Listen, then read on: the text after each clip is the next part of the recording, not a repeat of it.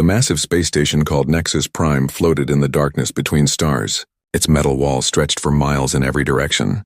Inside the station's main hall, representatives from across the galaxy gathered for what many thought would be just another boring meeting. Kim Tae-ho walked through the long corridors with steady steps. As Earth's main ambassador, he wore a simple black suit that looked plain next to the colorful robes and strange armor of the alien delegates. Behind him walked Park Ji-woo, a military officer with sharp eyes who missed nothing. Lee So-min, a scientist who studied alien life, carried a datapad and looked nervous. The three humans entered the Great Council chamber. The room was huge, with seats arranged in circles that rose toward the ceiling. Strange lights floated in the air, and the walls showed images of distant worlds. The smell of different alien atmospheres mixed together in an unpleasant way.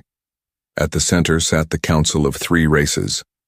The collective speaker looked like a tall, thin person, but Tae-ho knew it was actually controlled by millions of minds working together. The hegemony's war chief was a massive creature covered in thick armor and scars from many battles. The Ascended's representative appeared as a glowing ball of energy that hurt to look at directly. Humans, the collective speaker said in a voice that sounded like many people talking at once. You have been called here to discuss your future in our great alliance. Tae-ho sat down in the chair marked for Earth's representative.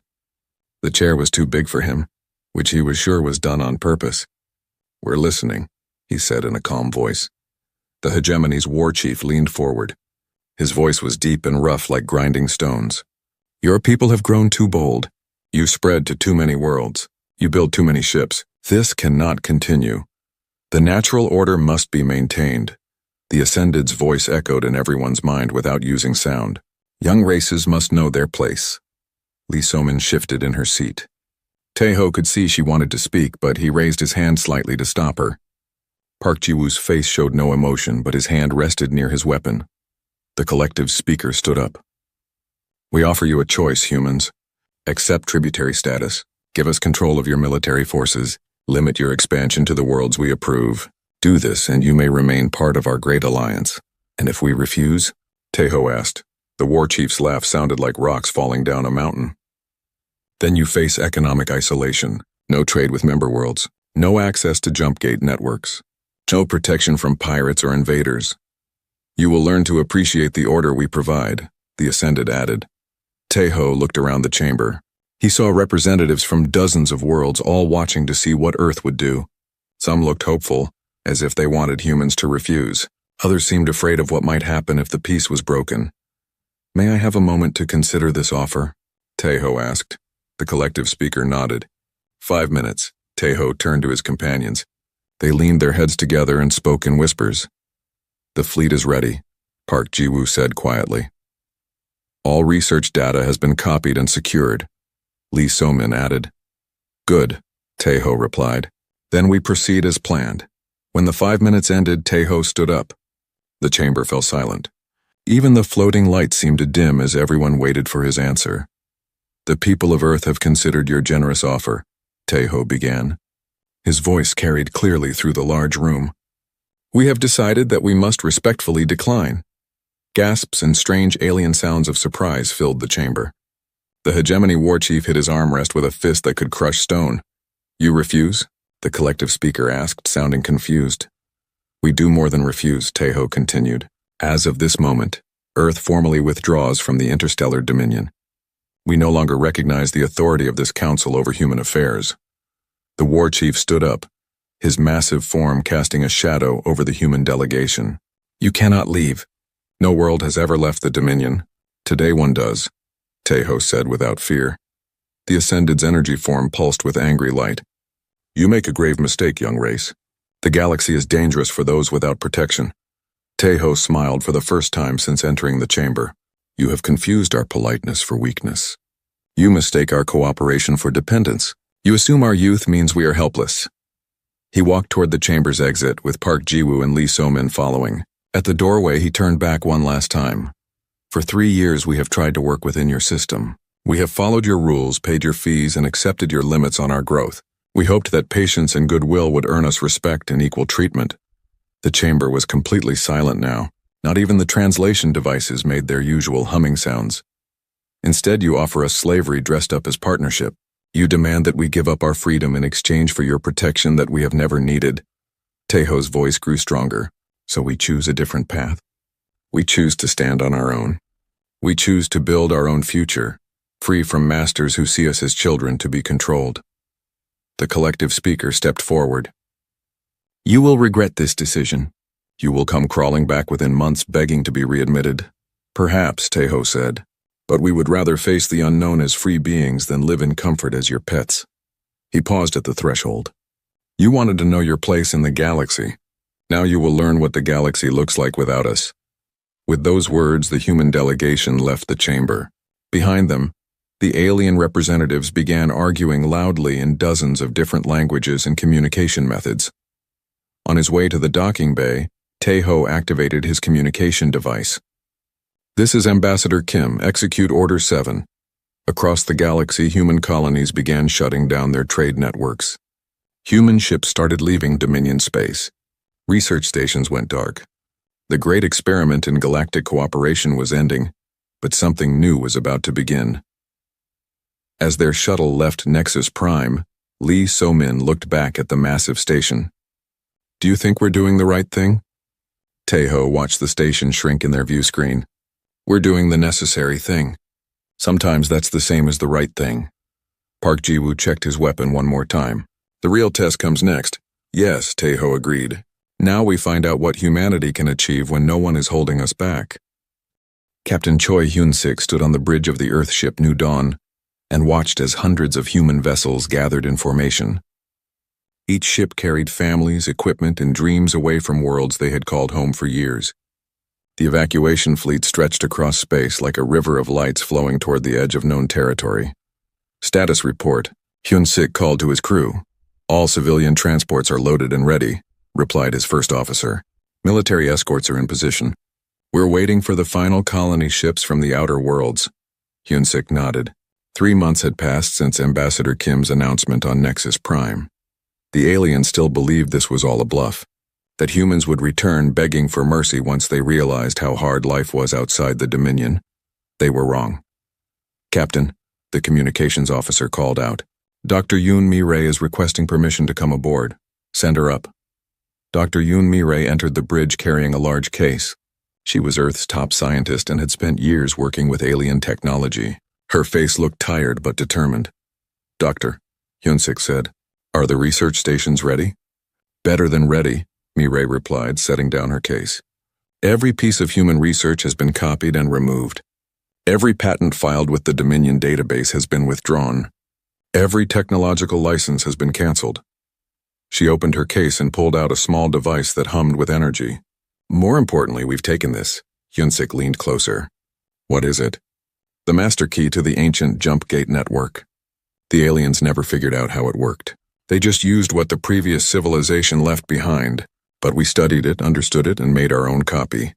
The captain's eyes widened. The jump gates allowed instant travel between star systems. Without them, space travel took months or years instead of minutes.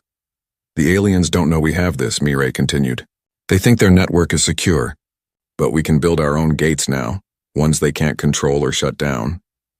Across the fleet, similar conversations were happening on dozens of ships. Human engineers had quietly copied alien technology and improved it. Human doctors had developed new medicines that alien hospitals desperately needed. Human traders had built relationships with independent worlds that the Dominion ignored. On the colony ship Freedom, Commander Park Dae-ho met with representatives from the human settlements. Each person carried reports from their home worlds. New Sol Colony is completely evacuated, reported the woman from the mining world. We took all the equipment and collapsed the mine shafts behind us. The farming collective on Green Valley packed up their entire operation, said a man with dirt still under his fingernails. Soil samples, seed banks, even the bacterial cultures that made their crops grow so well. Park Dae-ho made notes on his tablet. What about the orbital factories? Stripped clean, came the answer. Every machine, every computer, every manufacturing template. The aliens will find empty shells. The evacuation was more than just people leaving. It was knowledge walking away. It was trade agreements being canceled. It was technological partnerships dissolving overnight. On Nexus Prime, The alien council was beginning to understand the scope of their problem. The collective's queen mind tried to access human research databases and found them empty. The hegemony's war fleets discovered that their newest weapon systems needed human-designed parts that were no longer available. The Ascended's energy beings found that the power networks they relied on were failing without human maintenance. Admiral Seo Dong-hyun commanded the military withdrawal from his flagship, the Defiance. His job was to make sure no human technology fell into alien hands and that every human made it out safely. "Admiral," his tactical officer reported, "the alien fleet is requesting permission to inspect our ships before we leave." Dong-hyun smiled coldly. "Tell them that our ships are sovereign territory. They have no authority to board them. They're threatening to use force, sir. Let them try." The truth was that human military technology had advanced far beyond what the aliens knew. For years, human engineers had been quietly improving alien designs. Human tactical officers had studied alien weaknesses. Human commanders had developed new strategies that the rigid alien military minds couldn't understand. The alien fleet that tried to stop the human evacuation found this out the hard way. When they moved to intercept the Defiance, they discovered that human shields were stronger than expected, and human weapons were more accurate than they remembered. The brief battle ended with 3 alien ships disabled and drifting in space. The humans had used non-lethal weapons, but the message was clear. They were leaving by choice, not because they were weak. Dr. Mireille worked in her laboratory as the fleet traveled toward the edge of Dominion space. Around her, teams of scientists cataloged everything they had learned during their time with the aliens. The collective's hive mind technology, she dictated to her assistant, based on quantum entanglement principles. "We've improved their design by 30%. The hegemony's armor plating," another scientist added. "We've developed a lighter, stronger version using human metallurgy techniques." "The Ascended's energy manipulation," called out a third researcher. "We've created portable versions of their power systems." Each improvement represented years of quiet work. The aliens had shared their technology, expecting to maintain control over its use. Instead, humans had learned from it and made it better. Captain Hyun-sik received reports from across the galaxy as human settlements completed their evacuation. Trade routes that had operated for decades suddenly stopped working. Communication networks went silent. Medical supplies became scarce. On the water world of Azure, the fish farms that fed billions of aliens across 3 systems shut down. The secret was in the breeding techniques that human scientists had developed. Without them, the fish died and the farms failed. On the crystal moon of Harmony, the mining operation that provided rare materials for alien computers closed permanently. Human geologists had been the only ones who understood how to safely extract the crystals without destroying them. On the garden world of Paradise, the atmospheric processors that kept the air breathable for 17 different alien species stopped working. Human engineers had designed the complex systems that balanced the chemical needs of all those different life forms. "They're starting to panic," Hyun-sik's communications officer reported. "Alien governments are offering huge rewards for any human who stays behind." "Any takers?" the captain asked. "Not one, sir. Every human citizen has chosen to leave." As the last human ships reached the edge of Dominion space, Admiral Dong-hyun sent a final message to the Alien Council. "You wanted to control us because you thought we were weak. You tried to limit us because you feared we were strong. Now you will learn what the galaxy looks like without our help. We hope you learn from this experience. We will not be returning." The human fleet crossed into uncharted space, leaving behind a galactic civilization that was just beginning to understand what it had lost. Behind them, the lights of Dominion worlds flickered as systems failed and trade networks collapsed. Ahead lay the unknown, full of dangers and possibilities. But for the first time in years, humanity was truly free to choose its own path among the stars. 3 months after the human exodus, the galaxy was a different place. On the trading world of Merchant's Rest, alien vendors closed their shops early because the goods they needed simply weren't available anymore. The human trading companies that had kept the economy running were gone, and no one else knew how to fill the gap. The Void Syndicate noticed the weakness first. These pirates and criminals had always stayed away from Dominion space because human patrol fleets made their lives difficult. But now, with human ships gone and alien forces stretched thin, opportunity called to them like blood in the water. Warlord Vex commanded the largest pirate fleet in known space. His ships were built for raiding, not fair fights, but they were fast and numerous. When his scouts reported that former human territories were barely defended, he saw a chance for easy profit. "Send the word to all fleet commanders," Vex growled to his lieutenants. "We hit 12 systems at once. Take everything that isn't nailed down and take the nails too." The Void Syndicate struck like a swarm of hungry insects. They attacked trade convoys, raided mining stations, and captured alien civilians to sell as slaves. The Dominion's response was slow and uncoordinated. Their commanders had relied on human tactical advice for so long that they had forgotten how to fight effectively on their own. On the frontier world of New Hope, a human refugee camp received a distress call from an alien transport ship. The vessel carried families fleeing the pirate attacks, their homeworld burning behind them. General Lim Chan-woo read the message and felt his anger growing. He commanded a small human task force that was supposed to protect the refugee convoy, but these aliens weren't his responsibility. His orders were to guard human civilians, not get involved in Dominion problems. But the message included children's voices begging for help. "Sir," his aide said quietly, "our orders are clear. We're not supposed to engage in combat with non-human targets unless they threaten our people." Chan-woo looked at the tactical display. 15 pirate ships were chasing the alien transport. The transport had families aboard, parents and children who just wanted to escape the violence. "Sometimes orders need to be interpreted creatively," he said. "That transport ship is dangerously close to our convoy route. The pirates chasing it could be a threat to our people." His aide smiled. "Very creative interpretation, sir. Scramble all fighters. Bring the fleet to battle stations." The human task force dropped out of faster-than-light travel directly between the pirates and their prey. The Void Syndicate ships found themselves facing modern human warships with shields they couldn't penetrate and weapons they couldn't dodge. The battle lasted exactly 11 minutes. When it was over, 15 pirate ships were nothing but space debris, and the alien transport was safe. Videos of the fight spread across the galaxy within hours, showing human fighters moving like dancers through space while their enemies exploded around them. "This is General Lim Chan-woo of the Human Expeditionary Force," the general broadcast on all frequencies. "The Void Syndicate attacked innocent civilians in our area of operations. This will not be tolerated.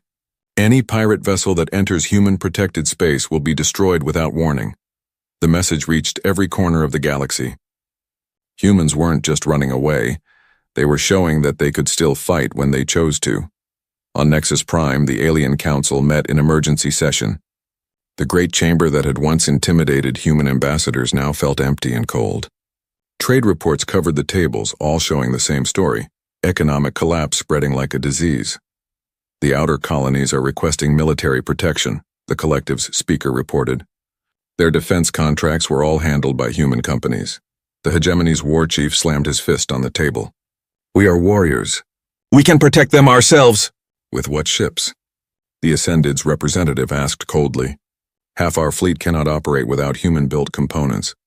The other half lacks the tactical software that human programmers provided." The numbers were getting worse every day. Medical supplies were running low because human biochemists had developed most of the drugs that alien hospitals used. Food shipments were delayed because human agricultural experts had designed the farming systems that fed billions of alien citizens. Even simple things like water purification were failing because human engineers had built the recycling systems that most space stations relied on. Ambassador Young Haiwan stood in the meeting hall of the independent world called Haven. Around her sat representatives from dozens of minor species that the Dominion had barely acknowledged. These were the small colonies, the forgotten worlds, the species that were too weak to matter in galactic politics. "The Dominion promised you protection," Haiwan said to the assembled delegates. "Where were their fleets when the pirates attacked your shipping? Where was their aid when your colonies needed medical supplies?" A representative from the insect-like Vrin species clicked her mandibles nervously. "The great powers have always ignored us. Why should we trust humans to be different?" "Because we're offering partnership, not domination," Haiwan replied. "We want trade agreements that benefit both sides. We want mutual defense pacts where everyone contributes according to their abilities. We want to build something new." She activated a holographic display showing a star map. "The Dominion controls the galaxy's center. But most of the galaxy is out here on the edges. Billions of people living on thousands of worlds that the major powers don't care about. The Vryn delegate leaned forward. What are you proposing? A new alliance. Not based on who's strongest or oldest, but on who's willing to work together. We call it the Galactic Cooperative. Across the room, other delegates began talking excitedly in their various languages. For the first time in generations, someone was offering them a chance to be partners instead of subjects. Dr. Nam Sujin worked in her laboratory on the human research ship Discovery. She had spent years studying the collective's hive mind technology, becoming one of the few humans who could communicate directly with their group consciousness. Her communication panel chimed with an incoming message. The signal pattern was familiar. It was the collective trying to contact her. The message was simple. Please respond. We need to talk. Sujin stared at the screen for a long time. She had friends among the collective, individual minds within the group that she had worked with for years. It would be easy to answer, to reopen the communication channels that humanity had closed. Instead, she deleted the message and turned back to her work. The collective tried again the next day and the day after that. Each message was more desperate than the last. Their technology was failing without human input. Their understanding of quantum mechanics was incomplete without human research. Their entire scientific foundation was built on collaboration with human minds, and now those minds were gone. But the humans didn't respond. The communication channels remained silent. On the trading world of commerce, alien merchants gathered in worried groups to discuss the crisis. The galactic credit, the common currency that had unified trade for centuries, was losing value as confidence in the Dominion's stability weakened. The humans always said their departure would cause economic disruption, one merchant complained. They weren't lying. Maybe we should have listened to them, another replied. Maybe we should have treated them as equals instead of subjects. It's too late for that now. They're gone, and they're not coming back. But even as they spoke, reports were reaching commerce about the galactic cooperative that humans were building. Independent worlds were joining this new alliance and finding that trade was actually easier, not harder. The cooperative used a simple currency based on actual goods and services, rather than political control. Some of the merchants began to wonder if they were supporting the wrong side. General Chan Wu received his next orders while his fleet was protecting a convoy of refugee ships from 3 different species. His new mission was to establish a military base in the uncharted region beyond Dominion space. Sir, his aide asked, why are we building a base so far from human territory? Chan Wu looked at the star chart showing the vast empty regions that the Dominion had never bothered to explore. Because that's where we're going to build our future. And because out there, no one can tell us we don't belong. The base would be called Freedom Station, and it would become the first military outpost of humanity's new empire. Not an empire built on conquest, but one built on the simple idea that free people could accomplish anything if they worked together. The galaxy was changing, and the aliens who had tried to control humanity were finally beginning to understand what they had unleashed. Captain Oh Kyung-ho checked his ship's navigation systems one more time before giving the order to jump. The Explorer was humanity's most advanced scout vessel, equipped with technology that the aliens had never seen. Today it would carry the first human expedition beyond the galactic rim, into space that no one had ever mapped. All systems ready? Captain, reported his navigation officer. Lieutenant Kim Min-ji, jump gates are charged and standing by, added engineer Park Sung-woo from the engine room. Kyung-ho looked at the star chart on his main screen. For thousands of years, every civilization in the galaxy had assumed that the rim was the edge of everything important. Beyond lay empty space, worthless worlds, and nothing worth the effort of exploration. The humans had decided to find out if that was true. Execute jump, Kyung-ho commanded. Space twisted around the Explorer as it leaped across impossible distances in the blink of an eye. When the ship emerged from faster-than-light travel, Kyung-ho's crew found themselves surrounded by stars that no civilized being had ever catalogued. Long-range sensors are picking up something unusual, Min-ji reported, excitement growing in her voice. Captain, you need to see this. The main screen showed what appeared to be a structure floating in the void between stars. It was enormous, larger than most space stations, but clearly artificial. Strange geometric patterns covered its surface, and it gave off energy readings that didn't match any known technology.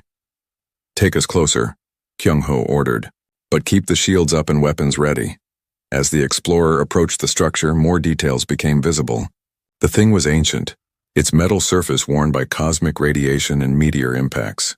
But it was still active, still generating power after who knew how many thousands of years. "I'm reading multiple structures throughout this system," Minji announced. "Captain, there are dozens of them. Maybe hundreds." Kyung-ho felt his heart racing. Humanity had stumbled upon the ruins of a civilization that predated everything in known space. The implications were staggering. "Contact the fleet," he ordered. "Tell them to send the science ships. We've found something that's going to change everything." 3 weeks later, engineer Bae Young-hee stood inside the largest of the ancient structures, surrounded by technology that seemed like magic. Her team had managed to activate some of the alien systems, and what they found was beyond anything they had imagined. "The power source alone is incredible," she reported to Dr. Yoon Mi-rae over the communication link. "It's been running for at least 10,000 years without maintenance. The efficiency is perfect, no energy loss at all." Mi-rae's voice crackled through the ancient communication system they had repaired. "What about the computer systems?" "Still working on those. The data storage technology is unlike anything we've seen. Each memory crystal can hold more information than our largest databases." Young-hee walked through corridors that had been empty since before humanity learned to make fire. The walls were covered with symbols and diagrams that her translation software couldn't interpret. But the mathematical concepts were universal.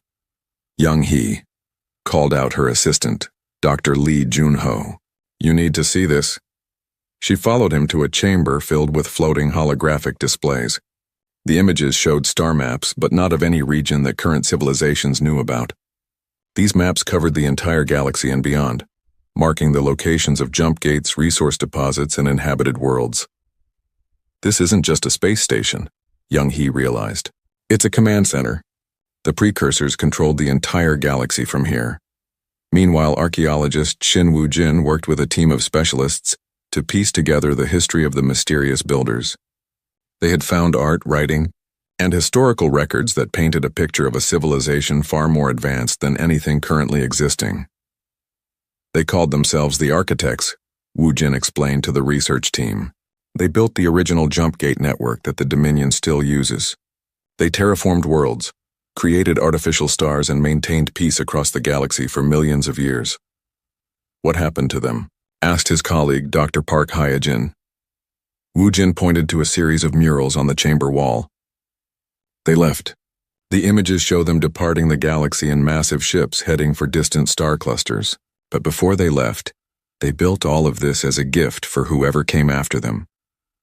The murals told a story that was both wonderful and terrible. The architects had grown beyond the need for physical form, evolving into something like pure energy. But they knew that younger races would eventually fill the galaxy, and they wanted to leave behind tools that could help those races avoid the mistakes of the past. "Look at this section," Hyojin said, pointing to a mural that showed different alien species working together on massive construction projects. They predicted that the galaxy would be populated by many different kinds of life. "And this part," Woo-jin added, indicating another image, "shows what happens when those species fight instead of cooperate."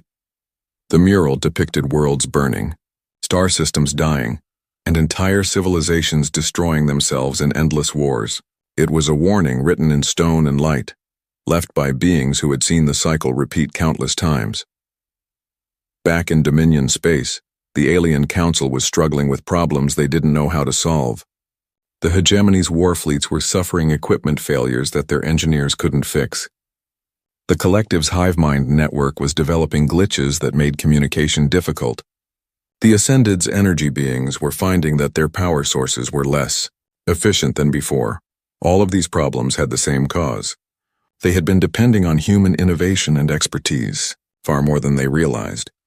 "The outer colonies are demanding protection we cannot provide," the collective speaker reported during another emergency session.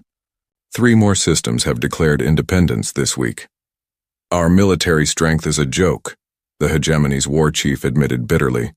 "Half our weapon systems require human-designed components that we cannot manufacture ourselves." The Ascended's representative pulsed with frustrated energy. We have grown dependent on their creativity. Our own technological development has stagnated. None of them wanted to admit the truth, that humanity had been carrying the Dominion for years, solving problems and creating innovations that kept their civilization running. Admiral Kwan, Minho received reports from the frontier as he supervised construction of humanity's first major base in the new territories.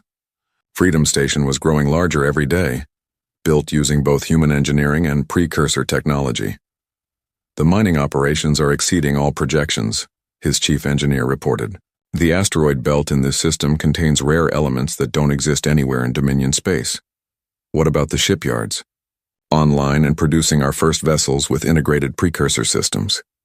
The new ships are faster, stronger, and more efficient than anything we've built before. Minho nodded as he watched human workers and robots constructing facilities that would have taken the Dominion years to build. But humans weren't working alone.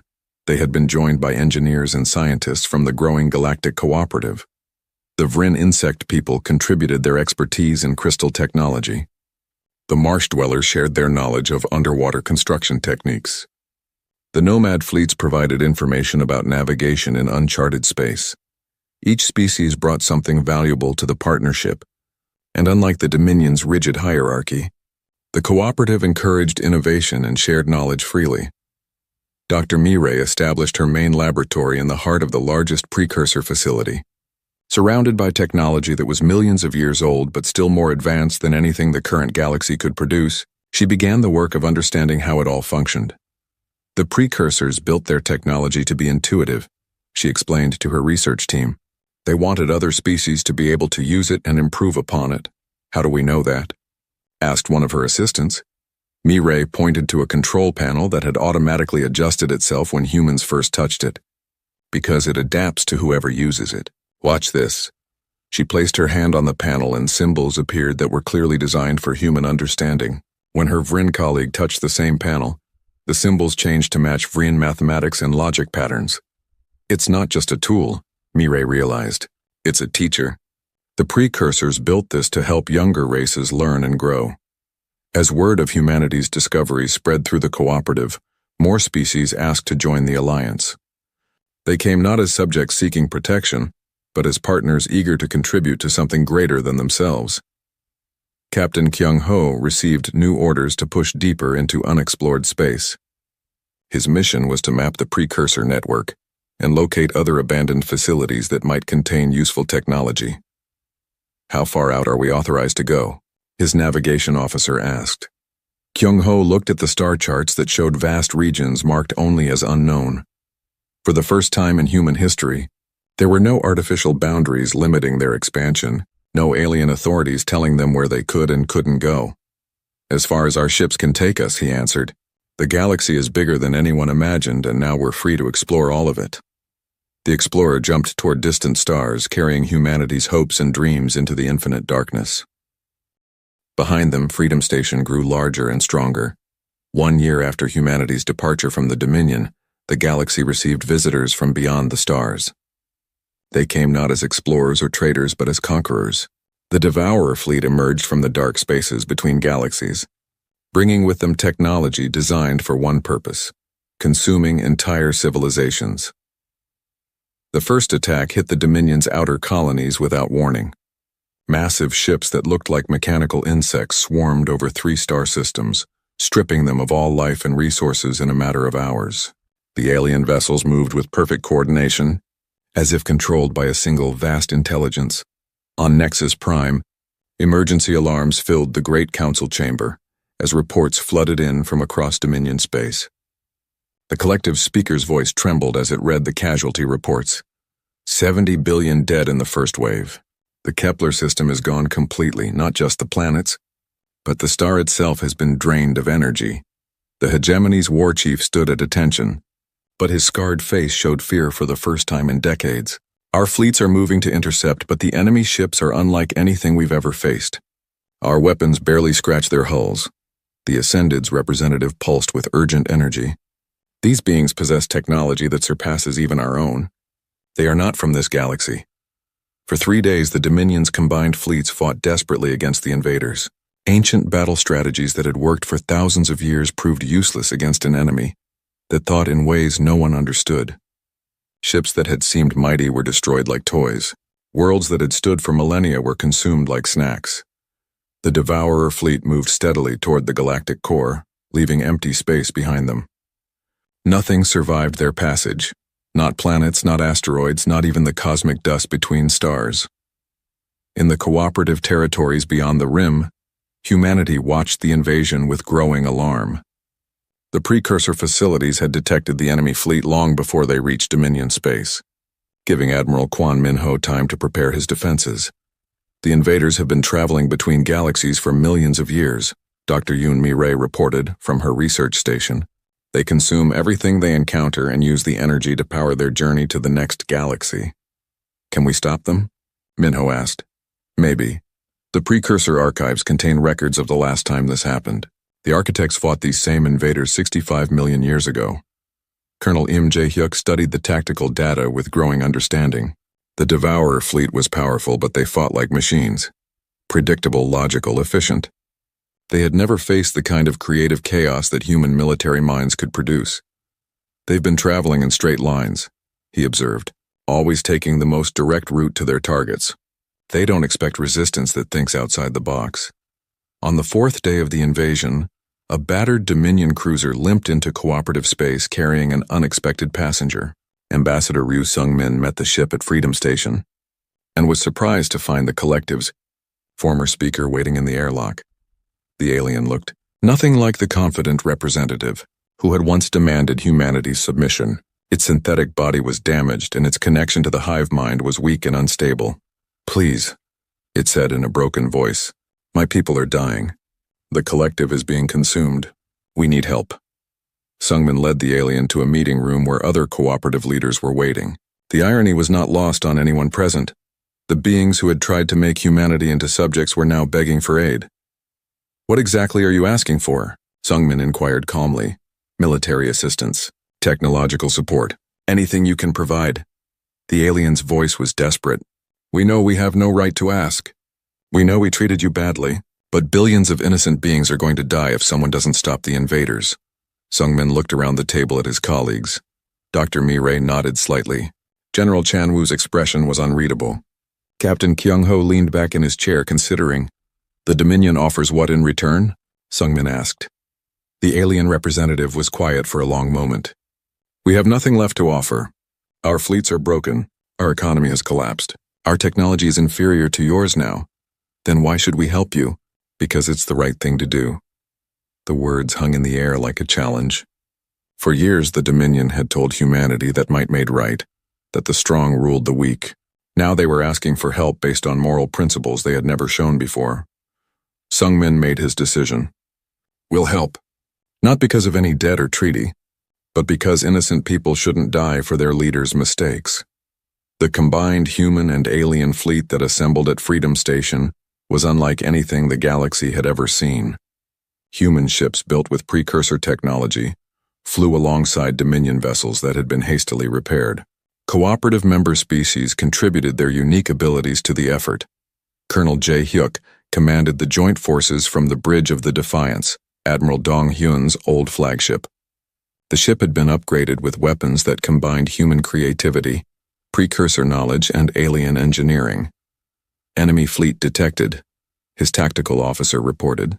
200 Devourer ships approaching the Centauri system. Show me their formation, Jae-hyuk ordered.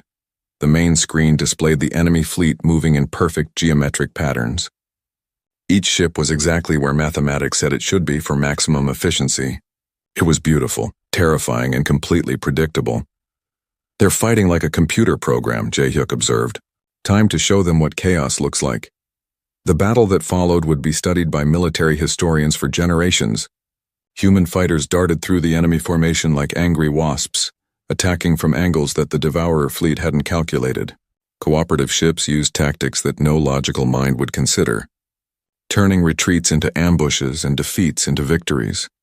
The Devourer ships were individually superior to anything the galaxy could field, but they couldn't adapt to the unpredictable nature of organic creativity. When human pilots did things that didn't make sense, The alien artificial intelligence couldn't respond effectively. "Target their command ship," Jae-hyuk ordered. "If we can disrupt their coordination, the whole fleet will be vulnerable." The Defiance led a suicidal charge directly at the largest Devourer vessel. Human ships absorbed punishment that should have destroyed them, their precursor-enhanced shields holding against weapons that had consumed star systems. At the last moment, the human fleet scattered in all directions, leaving the command ship exposed to fire from cooperative vessels that had been hiding in the shadows. The massive alien ship designed to devour worlds cracked apart under concentrated bombardment from a dozen different species working together. With their command structure damaged, the Devourer fleet began to make mistakes. Ships collided with each other. Weapons fired at empty space. The perfect coordination that had made them unstoppable dissolved into confusion. "All units, press the attack," Jae-hyuk commanded.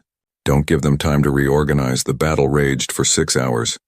When it was over, the Devourer fleet was destroyed, their ships scattered across space as glowing debris. The galaxy was safe, and everyone knew who had saved it. Dr. Mireille studied the wreckage of the enemy ships, learning everything she could about their technology. What she found was both fascinating and terrifying. They're artificial beings, she reported to the Leadership Council, created by a civilization that destroyed itself millions of years ago. The Devourers were meant to preserve their creator's knowledge by consuming other galaxies and adding their information to the collective memory. "So they're not evil," Sung-min said. "Just following their programming." "Exactly. And now that we understand how they work, we can reprogram them to be explorers instead of destroyers." The solution was elegant in its simplicity. Instead of fighting every Devourer fleet that emerged from deep space, the galaxy's civilizations could offer them something better than destruction: partnership in exploring the universe and preserving knowledge through cooperation, rather than consumption. As news of the victory spread, the political landscape of the galaxy shifted once again. The Dominion's old hierarchy had completely collapsed, leaving individual worlds to choose their own futures. Most chose to join the Galactic Cooperative, attracted by its promise of equality and mutual support. Ambassador Sung-min met once more with representatives from the former Dominion powers. The Great Council chamber on Nexus Prime was mostly empty now, a symbol of failed leadership and broken dreams. "The Cooperative is willing to accept your worlds as member states," he told the assembled aliens. "But not as the dominant powers you once were. You'll be equal partners with everyone else." The collective's new speaker, less arrogant than its predecessor, nodded agreement. "We understand. Our old ways led to disaster. Perhaps it's time to try something new." The hegemony's war chief, his armor now bearing the scars of battle against the Devourers, spoke with newfound humility. "Our strength was never as great as we believed.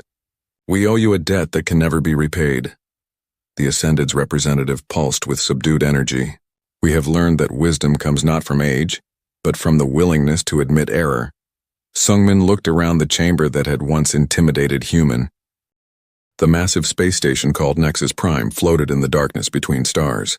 It was bigger than most moons and housed the most powerful beings in the galaxy. Today, 847 different alien species had gathered for one purpose. They wanted to decide what to do about humanity. Admiral Han Su stood alone in the center of the Great Council chamber.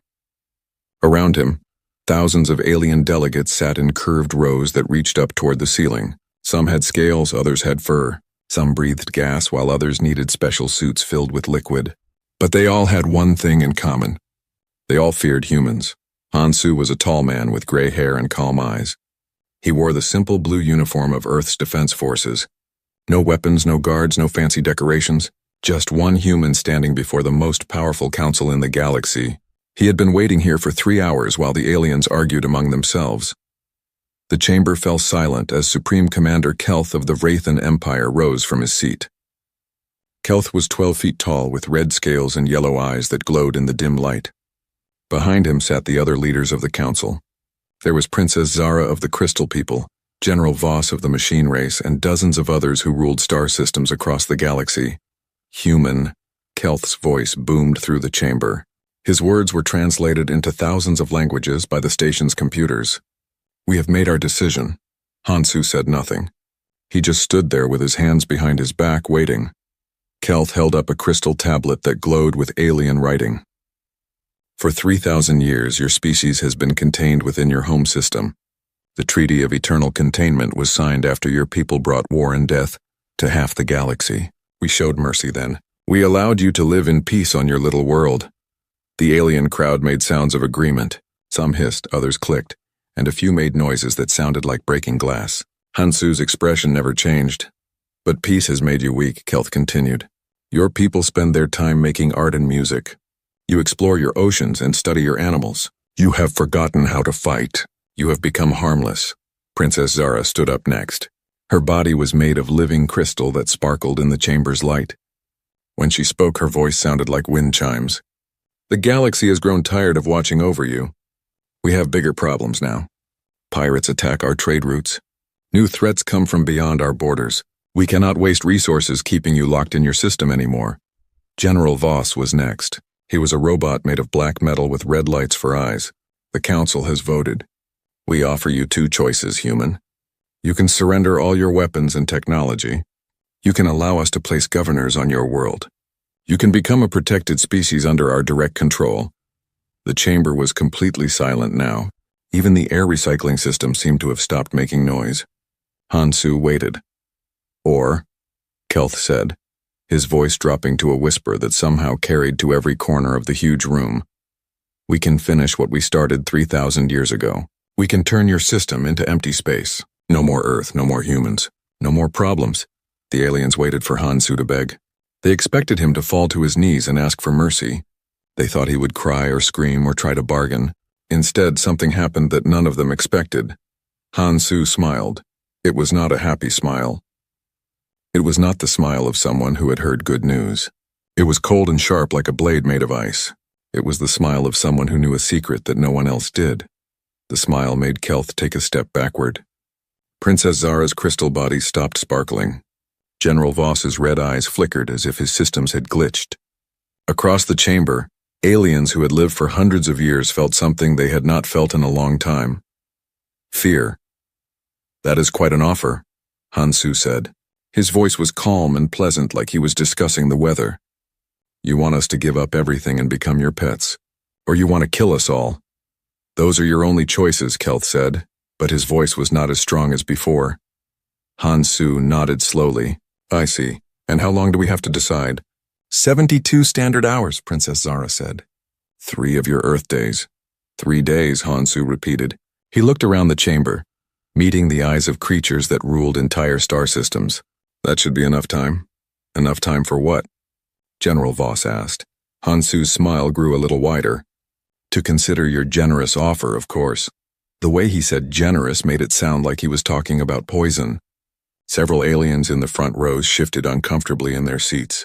They had expected the human to be afraid. Instead, he seemed almost amused. Captain Li Na waited in the small chamber outside the council room. She was Hansu's aide and had been watching the meeting through the security feeds. When the Admiral walked out of the chamber, she fell into step beside him. Sir, she asked quietly. Send the message, Hansu said as they walked toward their small transport ship. All of it. Everything. Operation Lazarus is now active. Behind them, the council chamber erupted in noise as 800 alien species began arguing about what the human smile had meant.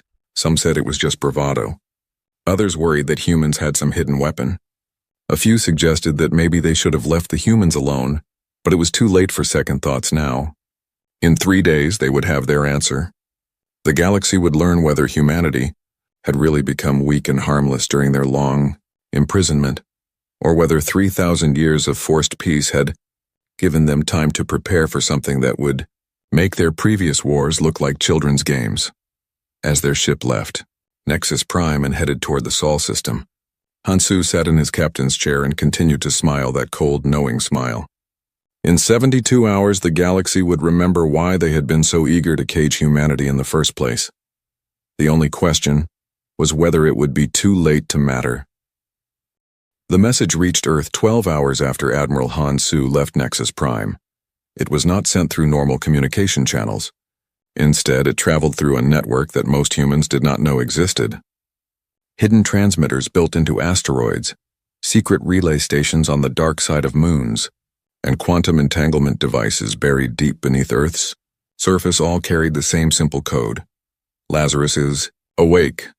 Dr. Yang-Su was eating breakfast in her small apartment in Seoul when her watch began to vibrate in a pattern she had never felt before. 3 long pulses, then 2 short ones, then 3 long again. She had been trained to recognize this signal when she was 20 years old. Now she was 55 and had almost forgotten it existed. She left her coffee on the table and walked to her bedroom closet. Behind her winter coats was a small panel that looked like part of the wall. She pressed her hand against it and felt a brief warm sensation as it scanned her DNA. The panel slid aside to reveal a narrow tunnel. Yang-Su had not been in this tunnel for 30 years.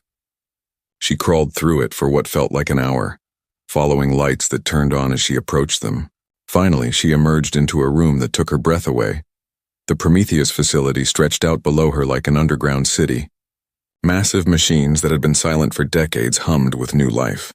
Hundreds of people in white coats moved between workstations that displayed information in languages she barely remembered how to read. Above it all, holographic displays showed star maps and weapon designs that made her old military training come flooding back.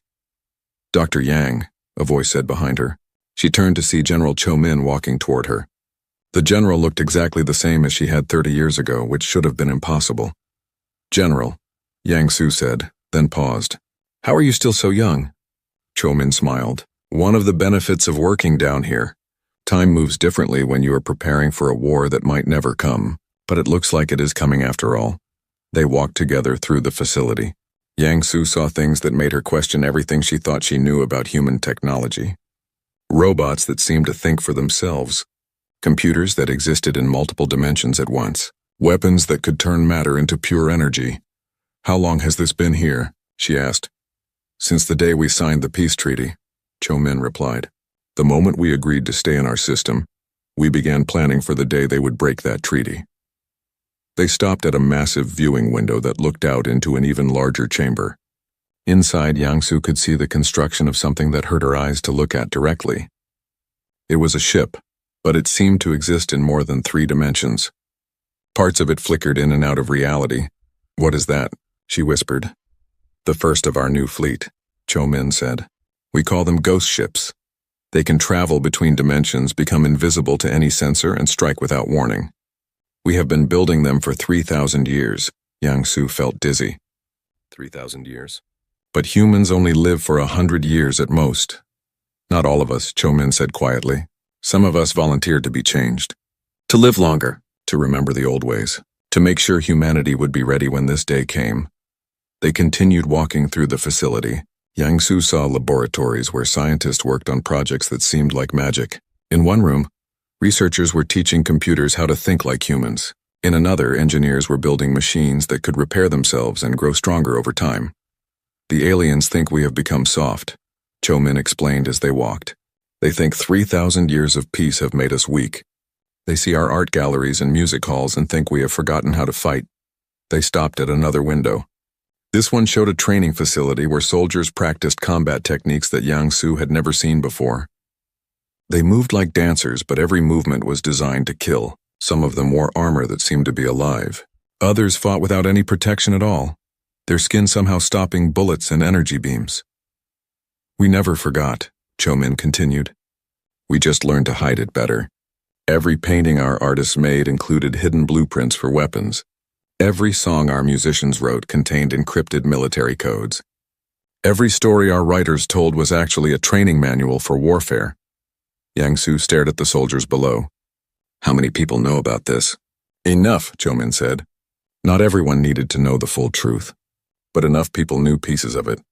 Scientists who thought they were working on peaceful projects were actually building weapons. Engineers who believed they were designing mining equipment were actually creating war machines. Teachers who thought they were studying history were actually planning strategy. They reached the facility's command center. Here, dozens of officers sat at stations that monitored the entire galaxy. Yang-Su could see displays showing the positions of alien fleets, the locations of their military bases, and detailed maps of their home worlds. You have been watching them, she said. For 3,000 years, Cho-min confirmed. Every diplomatic mission to Earth included hidden sensors. Every trade agreement came with secret spy devices.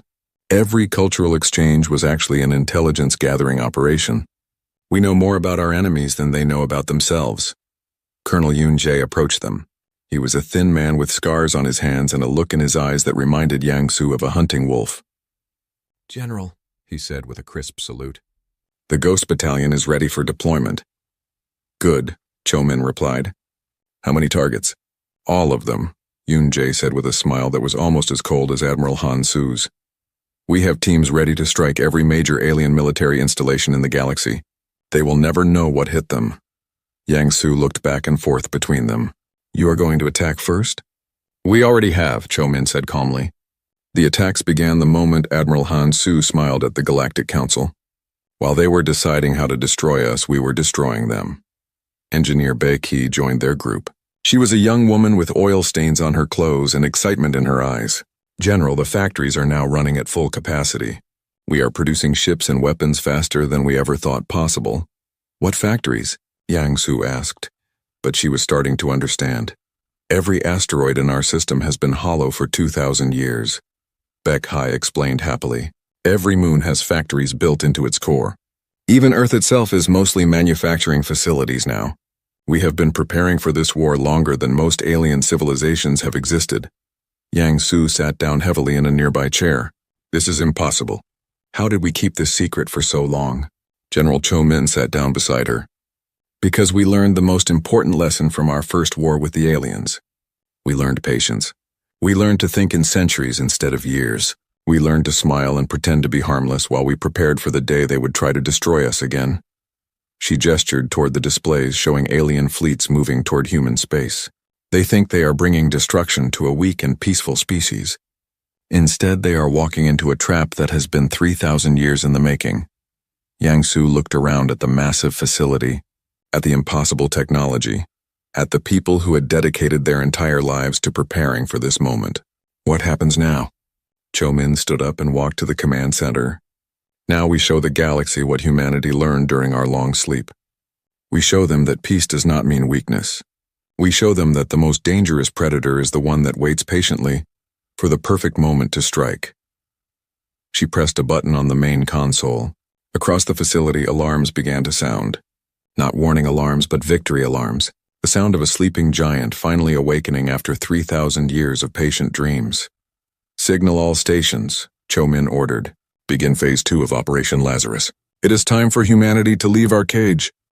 Admiral Han-Su walked into the Galactic Council chamber exactly 72 hours after he had left it. The same aliens sat in the same seats, but everything else had changed. Where before there had been confidence and arrogance, now there was confusion and fear. The reason for their fear was obvious. Half of the council members were missing. Supreme Commander Kelth stood up when Han-Su entered, but his massive frame seemed smaller somehow. His red scales had lost their shine and his yellow eyes kept darting around the chamber as if he expected an attack at any moment. "Human," Kelth said, his voice no longer booming with authority. "You have returned." "As promised," Han-Su replied calmly. He walked to the center of the chamber just as he had 3 days ago. But this time, he was not alone. Captain Ryu Bin and Major Kang Mi flanked him, their faces showing the same cold confidence as their admiral. Princess Zara of the Crystal People was still there, but her body was flickering weakly. Several cracks ran through her crystalline form. "Where are the others?" she asked, her voice sounding like broken glass. Han-Su tilted his head slightly. "I am sorry, could you be more specific?" "General Voss," Kelth said urgently. "Commander Thrak, Admiral Zeke, Princess Mira, dozens of our leaders. They have not been seen for the past 2 days." "How unfortunate," Han-Su said in the same tone he might use to comment on bad weather. "I hope nothing terrible has happened to them." Dr. Lim Wan stepped forward from behind the human delegation. She was a small woman with sharp eyes who carried a tablet computer. "According to our records," she said in a cheerful voice, "there have been several unfortunate accidents across the galaxy in the past 72 hours. She began reading from her tablet. General Voss suffered a complete system failure while inspecting his robot army. It seems his own soldiers decided he was defective and recycled him for spare parts. Commander Thrak died when his personal flagship's life support system malfunctioned. Quite tragic, really. The gas that kept him alive was replaced with gas that dissolved his breathing organs. The remaining aliens made sounds of horror. Some began backing away from the human delegation. Admiral Zeke, Dr. Lim Wan continued, was found dead in his private chambers. Cause of death appears to be poisoning from his favorite food. Someone had replaced his usual meal with something that looked identical, but contained a toxin that only affected his species. She looked up from her tablet with an innocent smile, and Princess Mira appears to have suffered an allergic reaction to her own crown. The metal spontaneously changed its molecular structure and began producing radiation that was fatal to her particular biology. Kelth's claws extended from his hands. "You did this! You murdered them!" Hansu raised an eyebrow. "That is a very serious accusation. Do you have any proof?" "Who else could have done it?" Princess Zara demanded. "Well," Hansu said thoughtfully, "it could have been anyone who knew. Enough about their personal habits, their security systems, their biological weaknesses, and their daily routines. It would have to be someone who had been watching them very carefully for a very long time." He paused and smiled that cold smile again. "But you are right. It was us." The chamber erupted in chaos. Aliens jumped from their seats, some reaching for weapons that were not there. Others activated personal shields or called for their guards. But nothing happened. Their weapons did not work. Their shields did not activate. Their guards did not come. "How?" Kelth whispered. Major Kang Mi stepped forward. She was a woman with short black hair and eyes that seemed to see everything. "We have been studying you for 3,000 years, she said simply. "We know exactly how your technology works. We know your military codes. We know your weaknesses. We know everything about you." She activated a holographic display that showed real-time footage from across the galaxy. "While you were meeting here to decide our fate, we were demonstrating that your fate was already in our hands." The display showed alien military bases that had been perfectly functional 3 days ago. Now they were empty ruins. Massive war. Fleets floated dead in space, their crews missing and their weapon systems destroyed. Entire planets that had been military strongholds were now broadcasting surrender messages. "This is impossible," Princess Zara said weakly. "Our defenses are the strongest in the galaxy. Our technology is thousands of years more advanced than yours." Captain Ryubin laughed, but it was not a happy sound.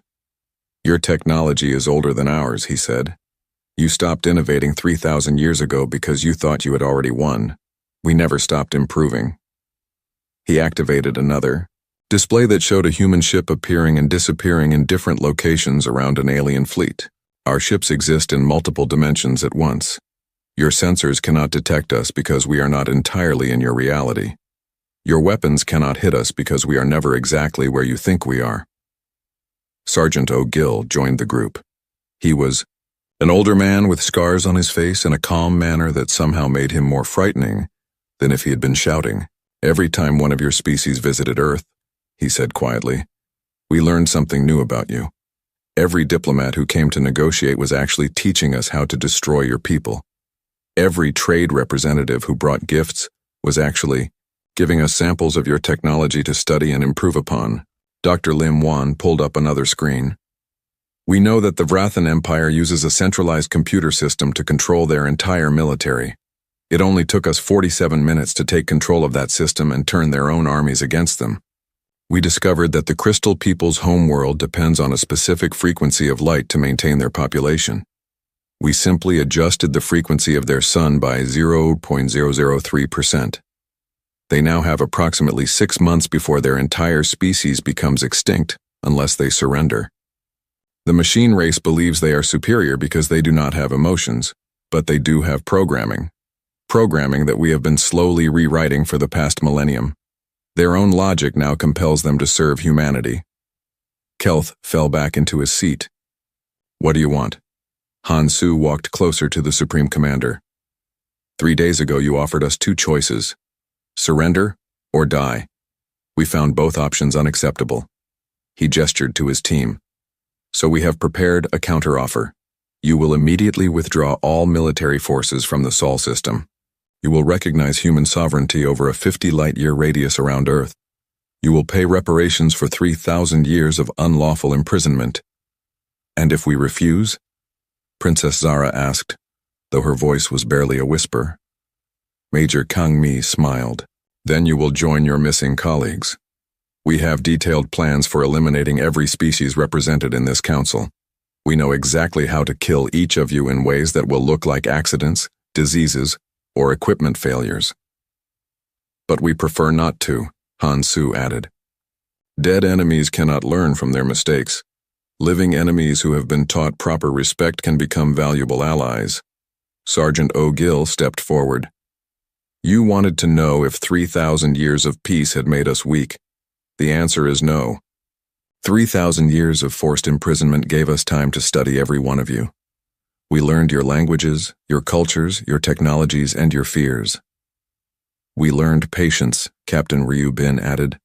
We learned to plan for centuries instead of years. We learned to smile and appear harmless while we prepared to destroy anyone who threatened us. Dr. Lim Wan closed her tablet. The old Galactic Council is finished. Half of your leaders are dead, and the other half are about to surrender. The question now is whether you want to be part of the new order we are building, or whether you want to become another historical footnote. Han Su looked around the chamber at the terrified aliens. You have 24 hours to decide, but I should mention that this time the choice is not really yours to make. This time, humanity holds all the power. He turned and walked toward the exit, his team following behind him. At the doorway he paused and looked back. Welcome to the human age, he said with that cold, knowing smile. Try not to disappoint us again. The aliens chose war. 6 hours after Admiral Han Su left Nexus Prime, the largest military fleet in galactic history began moving toward the Sol system. 300,000 ships from 47 different species, carrying weapons that could destroy entire planets. They came from every direction, surrounding Earth's solar system like a closing fist. Supreme Commander Kelth led the assault personally. His flagship, the Deathbringer, was the size of a small moon and carried enough firepower to sterilize 100 worlds. Around him flew the surviving ships of the Vrathan Empire, their red hulls gleaming with weapon ports. Today we end the human threat forever, Kelth announced to his fleet. Today we finish what we should have done 3,000 years ago. But as the alien armada approached the edge of the Sol system, something impossible happened. They simply stopped existing. Fleet Admiral Shin Ho watched the destruction from the command bridge of humanity's new flagship, the Prometheus Rising. The ship existed in 7 different dimensions at once, making it invisible to alien sensors and invulnerable to their weapons. Around him, the bridge crew worked calmly at stations that controlled technology the aliens could not even imagine. Contact, reported Commander Moon A from her cybernetic station. Alien fleet detected at the system's edge. 300,000 ships approaching from all vectors. Weapons status? Shin Ho asked. All dimensional cannons are online, Captain Jiang Su replied from the weapons console. Target locks established on every enemy vessel. Shin Ho nodded calmly. Fire. The destruction was beautiful and terrible. Streams of energy that existed between dimensions reached out from hidden human ships and touched the alien fleet. Where the energy made contact, matter simply ceased to exist. Ships that had taken decades to build vanished in microseconds, leaving not even debris behind. The Deathbringer lasted longer than most because of its massive shields and armor. For almost 30 seconds, it held together as reality collapsed around it. Kelth had time to scream one last order before his flagship folded in on itself and disappeared. All targets eliminated, Jiang Su reported. No survivors detected. Time to destruction of the entire fleet? Shin Ho asked. 4 minutes and 17 seconds, Moon A replied. New galactic record. But the humans were not finished. While the aliens had been gathering their great fleet for one massive attack, humanity had been quietly positioning their own forces throughout the galaxy. Ships that could not be detected had been waiting in orbit around every major alien world for decades. Dr. Song Tae stood in the command center of the Prometheus facility, watching displays that showed the real-time status of the galactic war. Each screen represented a different star system, and on each screen the same thing was happening. Human ships were appearing out of nowhere and destroying everything the aliens had built. Phase 1 complete, she reported to. General Cho Min. The alien military no longer exist. Casualties on our side? Cho Min asked. None, Song Tae replied with satisfaction. They never saw us coming. The technology that made this possible was so far beyond alien understanding that they had no way to fight back. Human ships moved through space by folding reality around themselves. They could appear anywhere instantly, attack from multiple dimensions at once, and disappear before their enemies could even realize they were under attack. Captain Jiang Su piloted his fighter, Reaper's Edge, through the debris field that had once been the Helios Collective's home fleet. His ship was not much larger than an old-fashioned car, but it carried weapons that could destroy a battleship with a single shot. This is almost too easy, he said to his squadron over the communication system. They fight like they are still living in the past. That is because they are, replied Squadron Leader Park 1 from her own fighter. While we were learning to bend reality, they were relying on the same weapons they used against our ancestors. Around them, the space battle continued. But it was not really a battle. It was more like a farmer harvesting crops. Human fighters moved through the alien formations, destroying everything they touched with casual efficiency. The aliens tried to adapt. They changed their tactics, modified their weapons, and even attempted to retreat. Nothing worked. Every time they thought they understood how human technology functioned, the humans revealed new capabilities that made their previous advantages obsolete. Commander Moon sat in her special chair on the bridge of the Prometheus Rising, her mind directly connected to the ship's computer systems. Through quantum entanglement, she was simultaneously controlling the cyber warfare, attacks on 1,000 different worlds. Their computer networks are pathetic, she reported to Admiral Shin Ho. 3,000 years old and never properly updated. I can rewrite their programming faster than they can even detect the intrusion. On her screens, alien defense systems were turning against their creators. Missile batteries that had been built to protect alien cities were now firing on those same cities. Robot armies that had been programmed to defend their makers were now hunting them through the streets. The Vrathan Empire's entire robotic workforce just received new orders, Moon said with amusement. They are now dismantling every military installation on their homeworld and building monuments to human superiority instead. But the most devastating weapon in humanity's arsenal was not technology. It was information. Dr. Cho Yoon had spent her entire life studying alien biology and psychology. She knew exactly which chemicals would cause each species to experience crippling fear, which frequencies of sound would disrupt their nervous systems, and which types of light would cause them to become helplessly confused. Broadcasting terror frequencies to the Helios Collective worlds, she reported from her laboratory. Their crystalline nervous systems are shutting down from sensory overload. Beginning biological warfare against the Ashtar Republic, added her assistant, Dr. Kim Ray.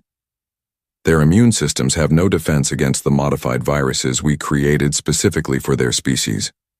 Colonel Nam Ki led the Phoenix Corps, humanity's most elite soldiers. They had been genetically modified and technologically enhanced until they were no longer entirely human. They could survive in the vacuum of space, adapt to any environment, and interface directly with alien technology. Planetary assault on Theta 7 complete, he reported as his team emerged from the ruins of what had been the galaxy's most heavily defended fortress. No survivors. The planet is now under human control. His soldiers moved like living weapons, each one capable of destroying an entire alien army single-handedly. They wore armor that could repair itself, and weapons that grew stronger with each enemy they killed. The defensive grid around Proxima 9 has been neutralized, reported Major Lee, Sol from another assault team. Their shields are down and their orbital platforms are destroyed, ready for colonization. Across the galaxy, the same scene was repeated on 1,000 worlds. Human forces appeared without warning, destroyed all resistance in minutes, and moved on to the next target. The aliens had no time to coordinate a response, no way to communicate with each other, and no weapons that could harm their attackers. In less than one day, 3,000 years of alien dominance came to an end. Admiral Shin Ho stood on the observation deck of his flagship, looking out at the wreckage of the alien fleet that had come to destroy Earth. Behind him, the blue and green planet continued to spin peacefully, its people completely unaware that the greatest war in galactic history had just been fought and won. Status report, he said to his command staff. All alien military forces have been eliminated. Commander Moon A reported. Their computer networks are under our control. Their homeworlds are defenseless. Resistance? Shin Ho asked. Minimal, Captain Jiang Su replied. Most of them surrendered as soon as they realized what they were facing. The few that tried to fight were destroyed so quickly that others learned not to resist. Dr. Song Tae's voice came through the communication system from Earth. Admiral, we are receiving surrender transmissions from over 200 alien governments. They are requesting terms for peace. Shin Ho smiled the same cold smile that had become humanity's signature. Tell them we will consider their requests. After we have finished demonstrating the price of threatening Earth, he turned to look at his staff. The aliens wanted to know if 3,000 years of peace had made us weak. They wanted to test our resolve. They wanted to see if we still remembered how to fight. He gestured toward the empty space where the alien fleet had been. I think we have answered their questions. Colonel Nam Ki's voice crackled over the communication system.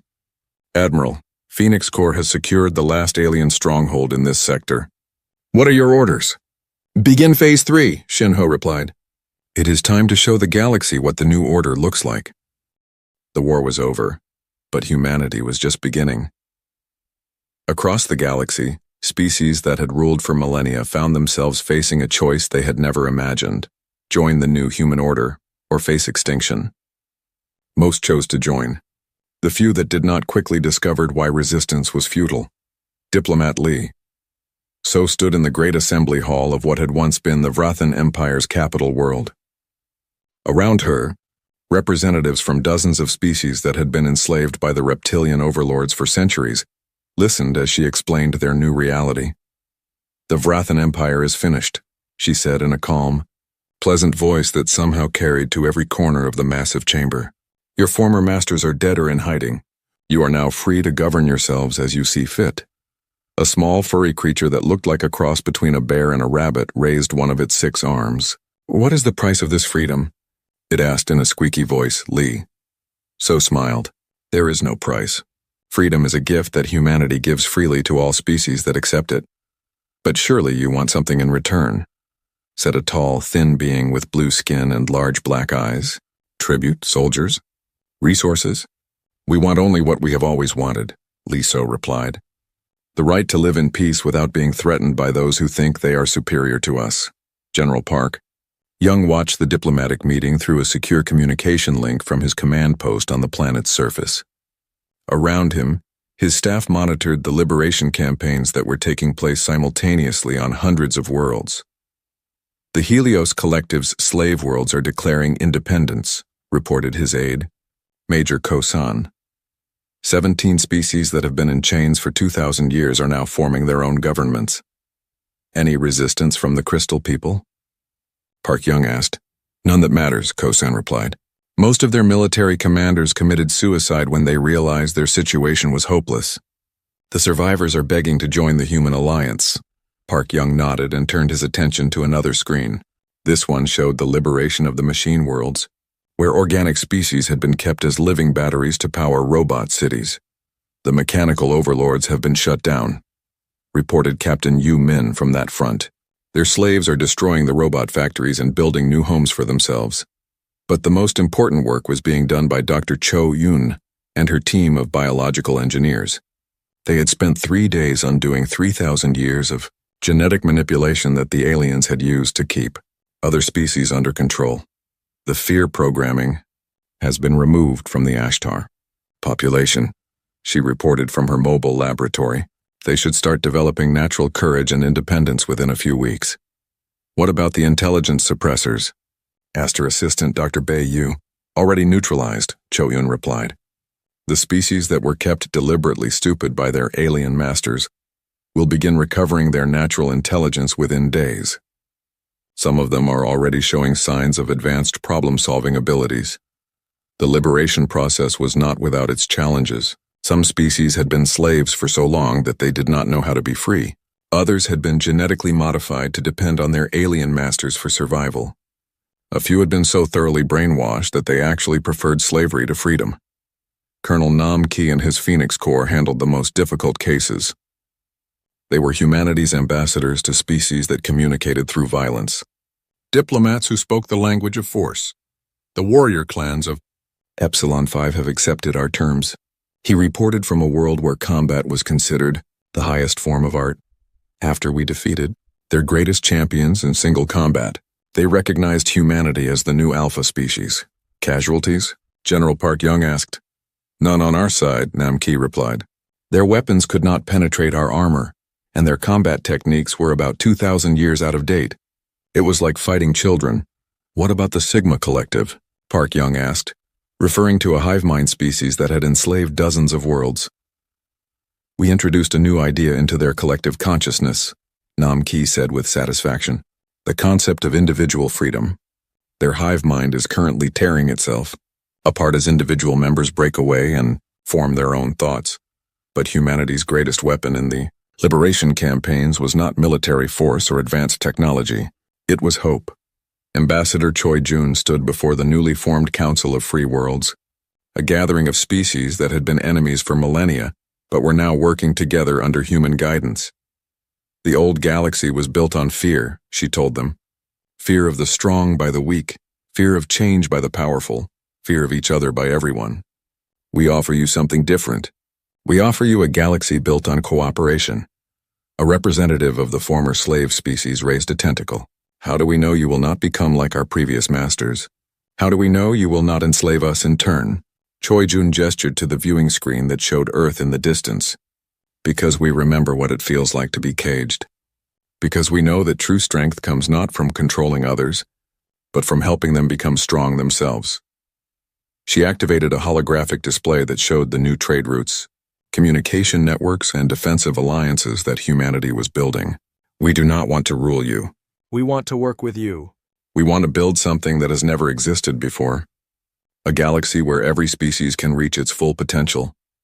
Dr. Song Tae monitored the psychological profiles of the liberated populations from her command center on Earth.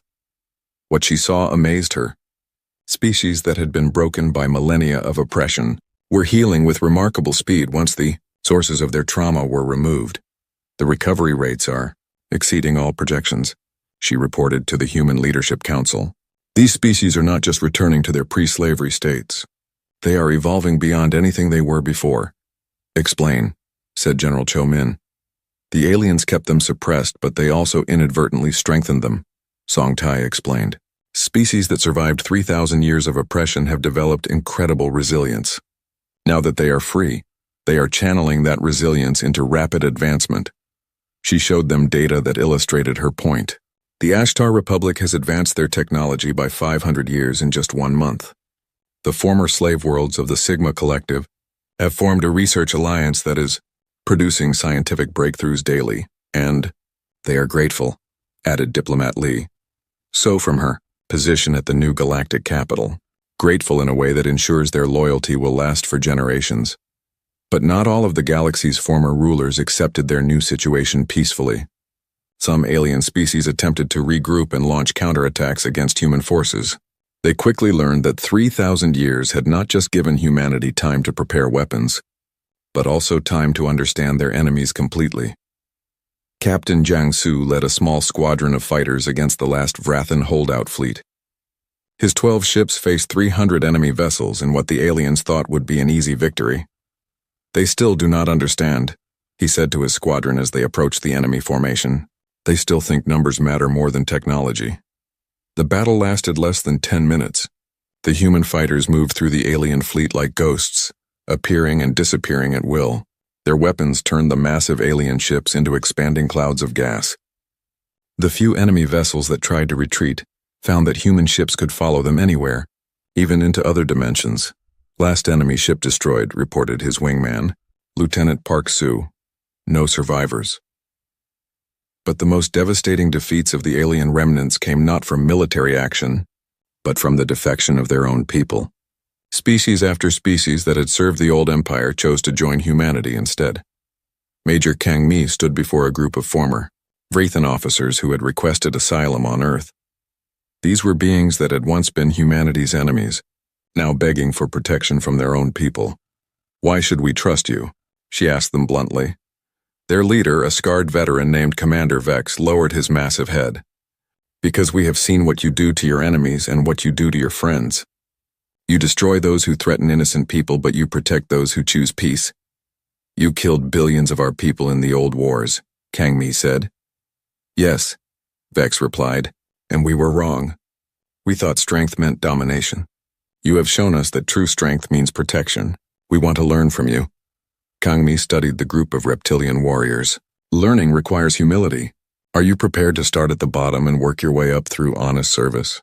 We are, Vex said simply. And so the transformation of the galaxy continued. Species that had been enemies for millennia learned to work together. Technologies that had been hoarded by the powerful were shared freely with all. Worlds that had been strip-mined and polluted were restored to their natural beauty. Dr. Huang Rei oversaw the massive reconstruction projects that were turning dead worlds into gardens. The environmental restoration is proceeding ahead of schedule, she reported. Most of the former industrial planets will be habitable again within 5 years. What about the species that were made extinct by the old empire? Asked her colleague, Dr. Lim Jin. We are bringing them back, Huang Rei said with satisfaction.